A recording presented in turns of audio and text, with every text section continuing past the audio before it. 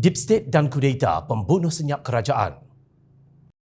Perdana Menteri Datuk Seri Anwar Ibrahim pernah berkata beliau tidak pernah gentar dengan ugutan sesetengah pihak untuk menjatuhkan kerajaan perpaduan yang dipimpinnya ketika ini, malah mempersilakan tindakan sedemikian.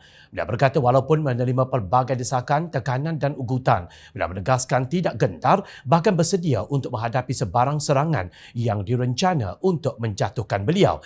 Figura yang bernama Anwar Ibrahim dilihat terus bersabar dengan serangan selama hampir 8 bulan sejak dilantik sebagai Perdana Menteri. Itulah Anwar Ibrahim. Saya tak makan ugutan, ada kuasa kita laksanakan. Kalau kamu cuba nak rampas pentadbiran kerajaan, silakan, tetapi tidak mudah. Kita siap dengan keris, membujur lalu, melintang patah, katanya ketika menyampaikan ucapan dasar Presiden di Kongres Khas PKR Mac lalu.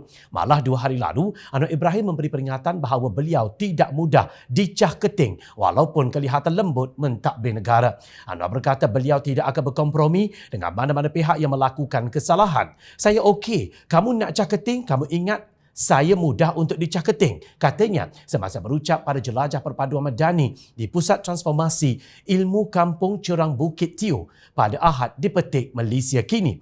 Menurut beliau, fokus utamanya ketika ini adalah menyelamatkan negara. Namun begitu, satu kenyataan yang dikeluarkan oleh Maybank Investment Bank dalam email kepada pelanggannya bulan ini yang seolah-olah mengkritik dasar tidak jelas kerajaan baru-baru ini dikongsi secara meluas di media sosial menjadi perbualan rakyat dan pastinya menimbulkan pelbagai persoalan. Ini selepas Ahli Parlimen PAS Bachok, Syahir Sulaiman berkongsi paparan skrin email itu di Twitter. Bagaimanapun penyokong Pakatan Harapan dan Kerajaan mendakwa imej email itu telah diubah suai dan bank pelaburan itu tidak pernah mengeluarkan kenyataan sedemikian. Semakan oleh Jomcheck, sebuah sekutu pemeriksa fakta Malaysia, mendapati imej yang dikongsi oleh Syahir itu adalah sahih. Maybank Investment Bank sememangnya ada menghantar email tersebut kepada pelanggannya pada 20 Julai lalu. Email itu yang menjemput pelanggan ke webinar bertajuk Sentimen Positif daripada Pembentukan Kerajaan Perpaduan tahun lepas tidak akan berterusan ke tahun baru. Dasar PM yang tidak jelas dan ketidaktentuan dalam kestabilan kuasa juga membawa kepada kebimbangan pasaran. Seterusnya, ia menyebut bahawa keadaan akan bertambah baik pada separuh kedua tahun ini dengan bajet 2024 dan pilihan raya negeri mungkin membawa kejutan positif. Kekeliruan mengenai kesahihan email itu berpunca daripada fakta bahawa bank itu menghantar satu lagi jemputan ke webinar yang sama pada 21 Julai. Dalam email 21 Julai itu, kenyataan mengenai dasar PM yang tidak jelas dan ketidaktentuan dalam kestabilan kuasa telah dikeluarkan.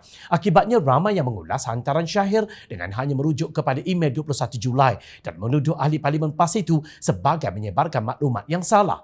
Syahir dalam ciapannya yang mendapat lebih 54,000 tontonan tidak menjawab tuduhan itu.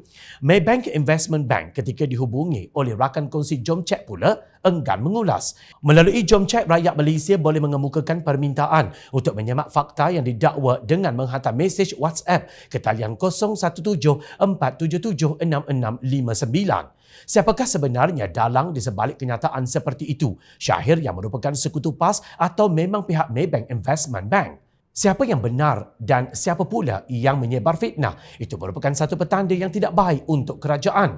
Deep State dan kudeta merupakan satu langkah yang amat berbahaya untuk sesebuah kerajaan dan merupakan pembunuh senyap yang bakal beranapkan. Ia perlu dihapuskan segera hingga ke akar umbi agar peristiwa langkah Sheraton pada awal 2020 tidak lagi berulang. Pembuat kenyataan atau penyebar fitnah sebegini perlu diambil tindakan demi menyelamatkan negara.